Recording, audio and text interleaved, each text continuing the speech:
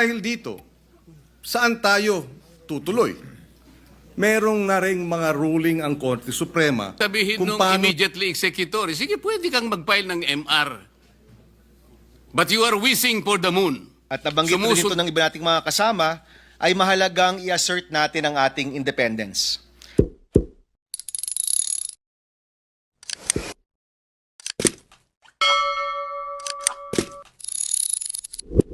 Hi mga boss, another video, another issue tayo at eto na Senator Marcoleta at Bam Aquino at Kiko Pangilinan ay nagkaroon ng palitan ng salita dahil sa pagkakaiba rin ng opinyon. At dito niyo makikita sino ang totoong nagsasabi ng katotohanan. Kaya bago magumpisa ang video, huwag kalimutan mag-like, share, and subscribe mga boss. ang nagtataka o nagtatanong, ano nga ba ang pinakapunot dulo o debate na pinag-uusapan dito sa Senado? Tatlong sa probisyon ng saligang batas.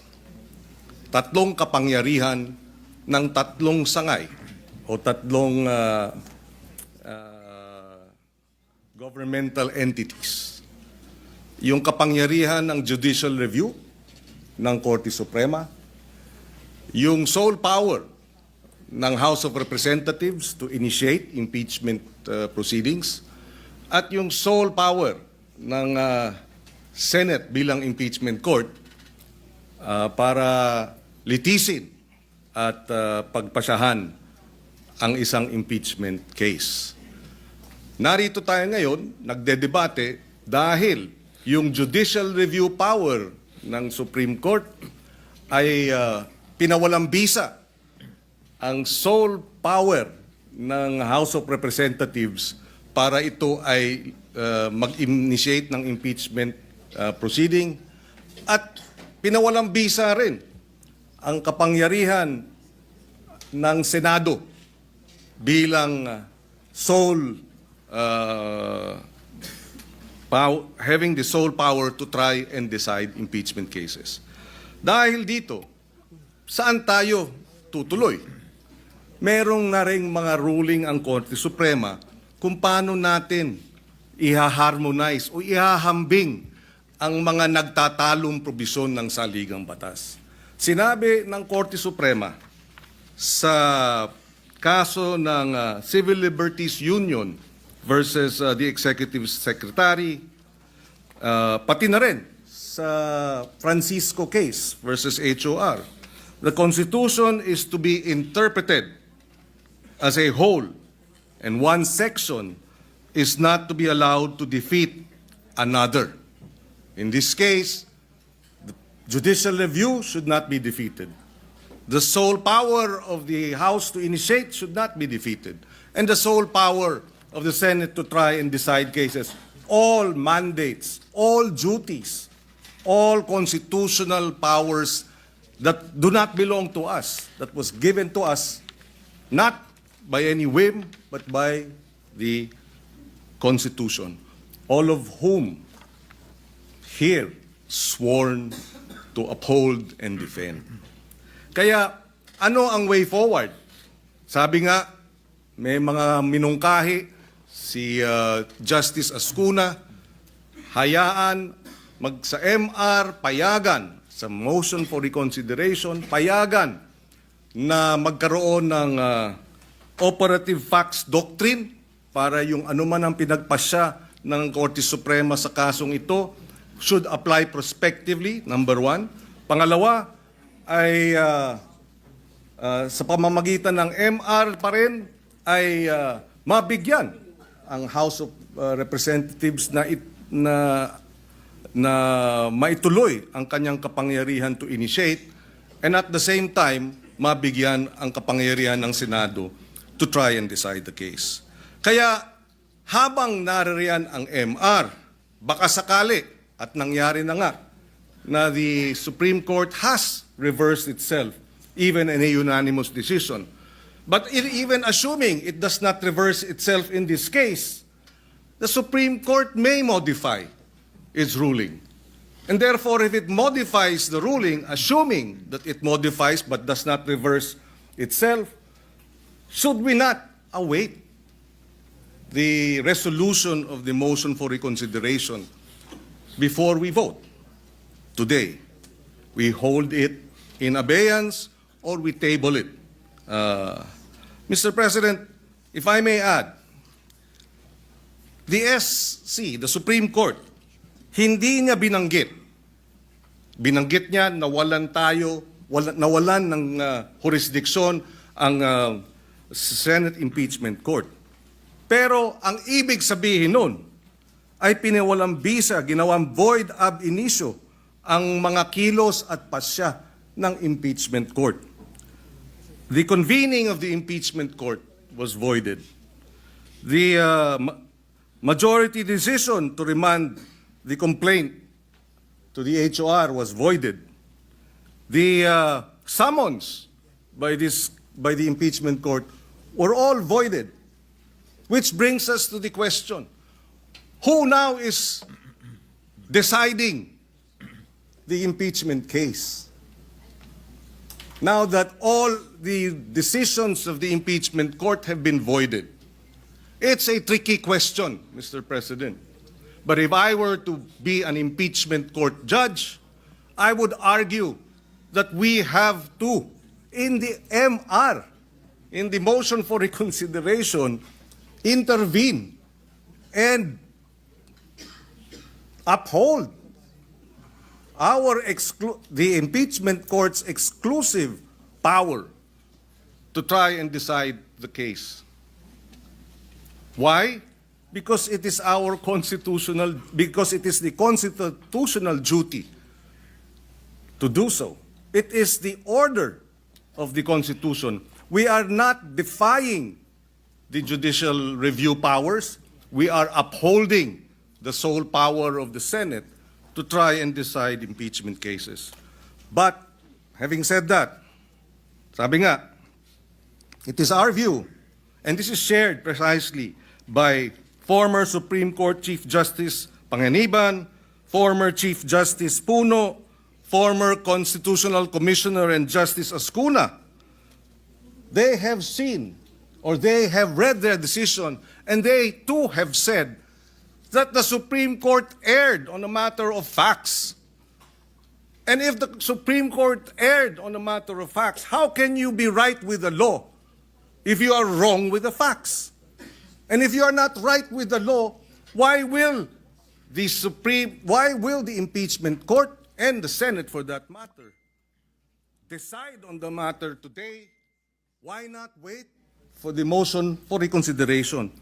Siguro naman, hindi natin binabangga ang Supreme Court, hindi natin binabangga rin ang House of Representatives dahil meron ding prinsipyo ng parliamentary courtesy. Meron ding prinsipyo na kinakailangan natin bigyan ng respeto ang co-equal. We are a co-equal to the House of Representatives. Ano na lang ang magiging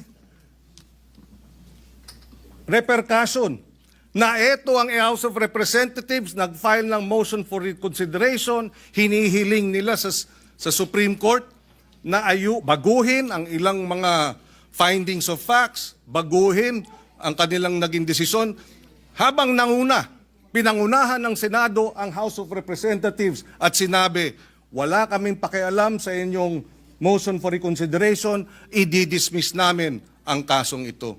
I think, out of courtesy for a co-equal, we should respect the House of Representatives. In the same way, if the Senate would, at a future time, file a case before the Supreme Court and seeks a motion for reconsideration in a matter that involves the House, we would like to think that the House will not act to have the case dismissed pending the MR out of respect for a co-equal. Sana pag-aralan natin ng husto ang pagpasya ngayong hapon. Sabi ko nga, the findings of grave abuse by the Supreme Court, thereby removing or taking away from us the jurisdiction, na wala tayong jurisdiction, that jurisdiction was not acquired on the basis of facts that are flawed, where then is the grave abuse? I don't know what the ruling will be. Perhaps they will say, yes, there was no grave abuse of discretion on the part of the House because of the 1-year bar, which was not actually, the fourth complaint was not bar. I don't know.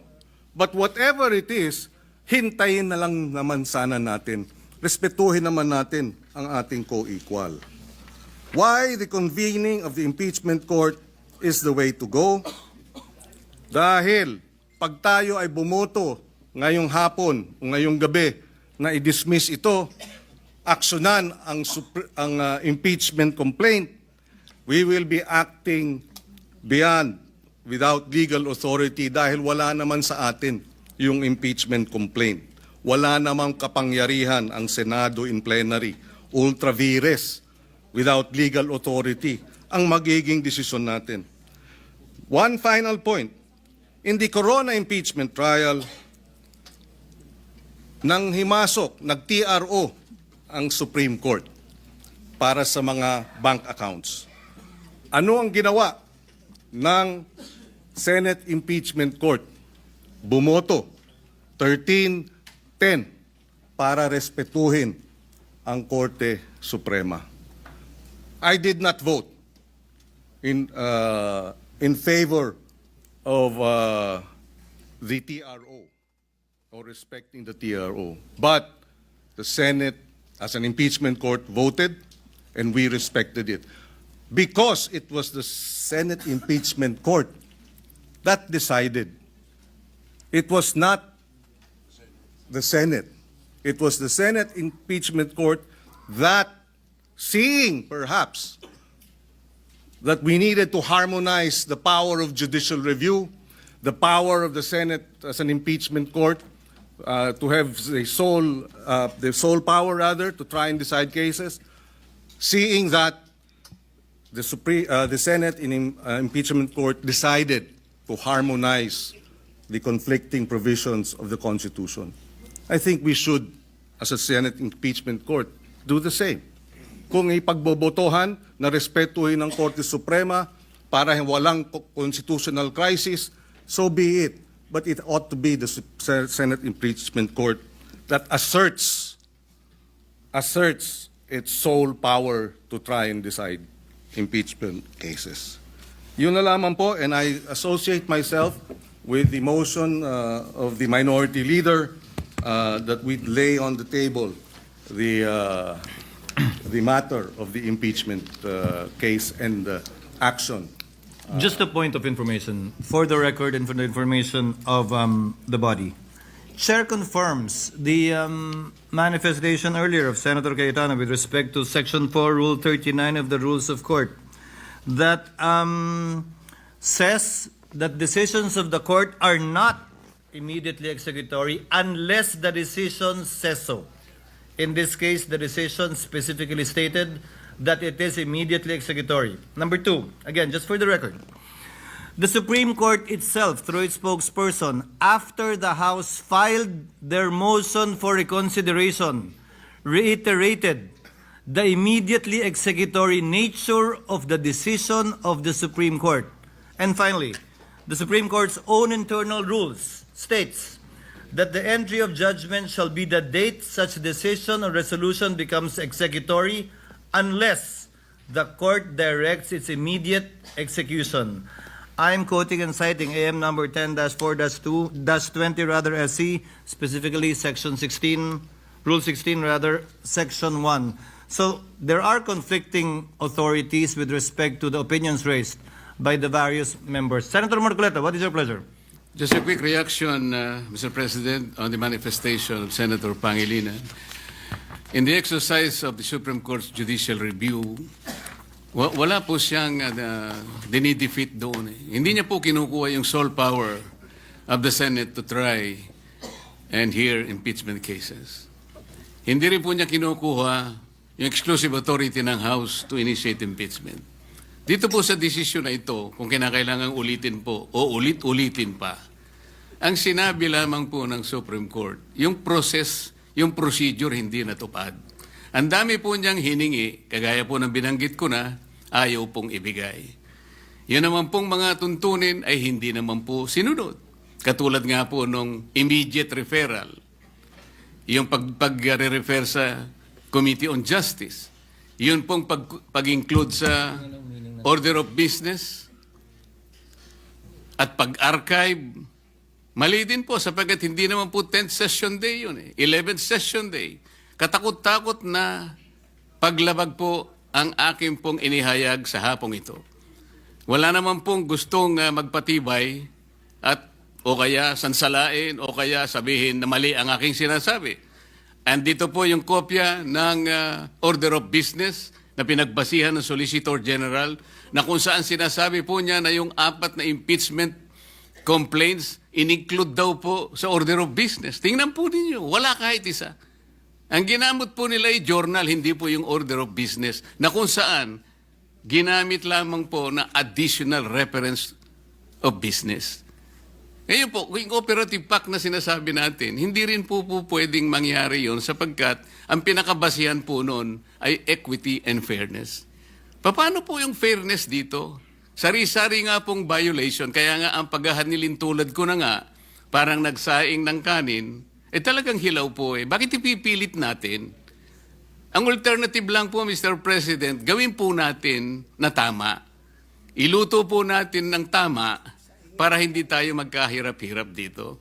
Isip-isipin po ninyo, sinasabi ng ating Constitution, isa lamang pong impeachment proceedings ang pwedeng i-initiate sa isang opisyal ng gobyerno at hindi po pwede ang 2 beses sa loob ng 1 taon.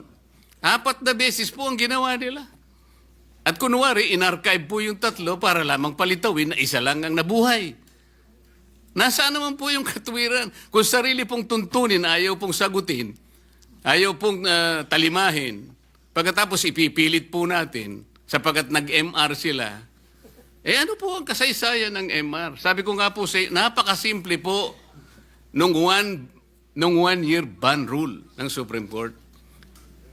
And the Supreme Court is not even obligated and expected to conduct a microscopic, a forensic and scientific scrutiny of this provision where the pertinent language and the relevant meaning is as clear as daylight, Mr. President. Ano po yung gagawin? Hihintayin po ba natin kung ano ang magiging kalalabasan po ng MR na sa akin pong palagay, hindi po speculation, sabi ko nga po. Unanimous decision and bank decision ab initio unconstitutional, violative of due process, immediately executory. Sino po kaya kahit isa man lang na miyembro ng Korte Suprema ang magtatangka na i-reverse niya yung sarili niya? Yun po yung speculation dito. Ngayon, nakikinig po ang taong bayan, Mr. President. Nakadepende po ba ang aksyon natin? Doon po ba nakahang ang gagawin natin sa isang motion for reconsideration na sa aking palagay, matibay po ang aking palagay sapagkat this is borne out by my experience of more than 20 years of legal practice, Mr. President. Yang ibig lang sabihin nung immediately executory, sige, pwede kang mag-file ng MR. But you are wishing for the moon. Sumusuntok ka sa hangin. Yun po ba ang basihan natin? Kaya hindi tayo makapag-desisyon, Mr. President? Sana mayroong mas matibay sanang desisyon.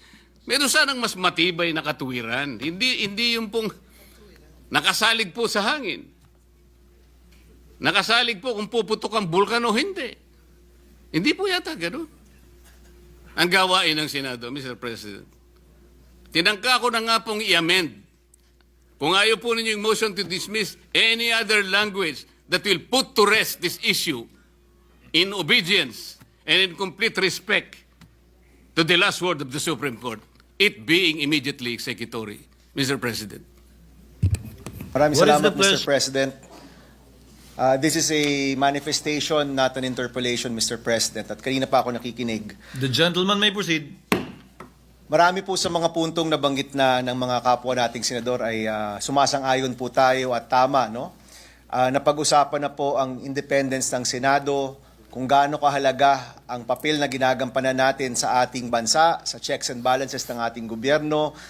At alam rin naman po ng mga kasama natin na sa caucus, sinabi ko rin po na ang posisyon ko ay dapat mag-convene ang impeachment court at doon magdesisyon kung ano ang mga susunod na hakbang pagdating po sa impeachment case. No? That's known to everyone. I've said that in the media. Mr. President, in our history, nagkaroon po ng mga panahon na ang Senado ay nag-assert ng kanyang independence bilang isang co-equal branch of government. Nangyari po yan many times. I remember in the 90s, kahit po ang executive, at that time, President Cory Aquino, nagnais na manatili ang US bases dito sa ating bansa. Yung Senado, nanindigan, kahit puro kaalyado, kahit puro kakampi at kamag-anak nasa Senado, nag-decide pa rin yung Senate to assert its independence and to do away with the US bases. Nangyari po yan many times in our history, Mr. President. Kaya palagay ko, yung role ng Senado napakahalaga pagdating sa pagpapanatili ng checks and balances. And Mr. President, marami tayong tungkulin. May tungkulin gumawa ng batas, may tungkulin sa pagbuo ng maayos na budget, may tungkulin ng oversight, pero meron din pong tungkulin pagdating sa pananagutan or accountability. At yun po yung sole power to try and decide all cases of impeachment. Ang posisyon ko, Mr. President, at nabanggit rin ito ng iba nating mga kasama, ay mahalagang i-assert natin ang ating independence. Mahalaga po na itong papel na ginagampanan natin sa ating Constitution ay pahalagahan po natin. Mahalaga po na manatili ang independence ng ating Senado bilang isang co-equal branch of government. Mr. President, posisyon ko rin po na nagsimula na ang impeachment proceedings. Nag-robe na po, nagsimula na, merong summons na binigay, may response na po si Vice President Sara. Kami pong mga bago, may mga robe na rin po pero hindi pa po nadudumihan. Hindi po magagamit, no? Ang posisyon ko po, mag-convene ang impeachment court at doon natin i-decide ang mga bagay-bagay na ito. Mr. President, may dalawang bagay rin na nailabas, no? Na hindi pa siguro na pag-uusapan. Let me read, Mr. President, Article 9, Section 3 of our Constitution, Accountability of Public Officers. In case the verified complaint or resolution of impeachment is filed by at least one-third of all members of the House, the same shall constitute the articles of impeachment and trial by the Senate shall forthwith proceed. Wala pong dagdag po dito. No? Dito po sa gallery, kasama ho natin dalawang framers of our Constitution. Nandito po si Professor Ed Garcia at si former Chairperson Christian Munsod. Kanina po, nagbubulungan kami. Sabi ko, nung ginawa nyo to, bakit parang ganun kasimple? Simpleng-simple lang, ito lang. At sabi nga po nila, noon daw, 1/2, 2/3, binabato 1/2 sa deliberation, nag-end up sa 1/3. At yung desisyon ay dahil sa kabilisan. Dahil mahalaga daw na mabilis. Pag may 1/3, members of the House ang pipirma, mabilis na pupunta po sa Senado. At ito po, tinatanong ko sa kanila, dahil sila po yung nagbuo ng ating Constitution. You know, many times, Mr. President, umiikot tayo sa ating bansa. I-bring up ko lang po yung free college law. No? Marami ko sa atin dito nagtulungan para sa batas na yan. Meron kaming nakausap na eskwelahan. Ini-explain sa akin yung opt-out provision. Kung paano sila nag-charge ng mga estudyante dahil sa opt-out provision. At sabi ko sa kanila, mali. Mali ang interpretasyon ninyo. Yung interpretasyon ninyo, wala yan sa aming intensyon. Ang intensyon po namin, libre ang kolehiyo sa mga kabataan. At nung nag-argumento po sa akin, ang sabi ko, mas alam ko yan kasi ako ang nagbuo ng batas na yan. Mas alam namin yan dahil kami ang nagsulat ng provision na yan. In the same sense, Mr. President, the framers of our Constitution, mas alam po nila. Mas alam nila kung ano yung intent ng ating Constitution. Wala pong labis, walang dagdag. Many times, Mr. President, tinatanong tayo, usually pag campaign time to, tinatanong kami, Mr. Senator, hindi ba dapat merong educational attainment requirement yung pagiging senador? At sinasabi ko po lagi, wala, kasi wala po yan sa ating konstitusyon. Wala pong dinagdag, wag tayong magdagdag nang wala pong nakasaad po dyan. So gaya po niya, no, binabanggit ko lang po dito dahil na pag-uusapan, may mga dinagdag na mga procedure. Alam ko po, siguro, tama po ang sinasabi ni Senator Marcoleta, baka maganda naman ang intensyon ng Supreme Court. Pero aminin na po natin, wala po yung ibang mga bagay dyan dito po sa ating konstitusyon. Pangalawang punto, ito po, hindi rin po nagpag-uusapan pa. Nabanggit po dito, wag na tayong lumaban kasi matatalo rin naman tayo. No? Of course, Mr. President, it is improbable, aaminin ko po yan, very improbable na magbago ang Korte Suprema with 15 votes. But it's not impossible. Improbable at impossible, magkaiba po yan, firstly. But secondly, Mr. President, may mga panahon na kahit alam nating matatalo, kailangan pa ring lumaban. Tayong lahat po dito, dumaan po dyan. Ako po, dumaan rin po dyan. Kahit mukhang mahirap, kahit mukhang matatalo, kailangan lumaban pa rin. Tumayo tayo sa sarili nating paa, mag-assert tayo ng ating independence, ipahiwatig natin yung ating saloobin bilang isang grupo, ipakita ho natin na co-equal branch of government tayo, na meron tayong punto de vista, at kahit matatalo, kahit sa kaduluduluan ng lahat, rerespetuhan rin naman natin ang Supreme Court, mahalaga na mailagay pa rin kung ano ang nasa saloobin ng ating grupo. Mahalaga pa rin na malagay natin kung ano talaga ang posisyon ng Senado pagdating sa ating independent nature and being the sole authority to try and decide impeachment cases, kahit po matatalo. So para sa akin po, hindi katanggap-tanggap ang posisyon na dahil matatalo rin tayo, huwag na tayong lumaban. Paminsan-minsan po mahalaga na ilagay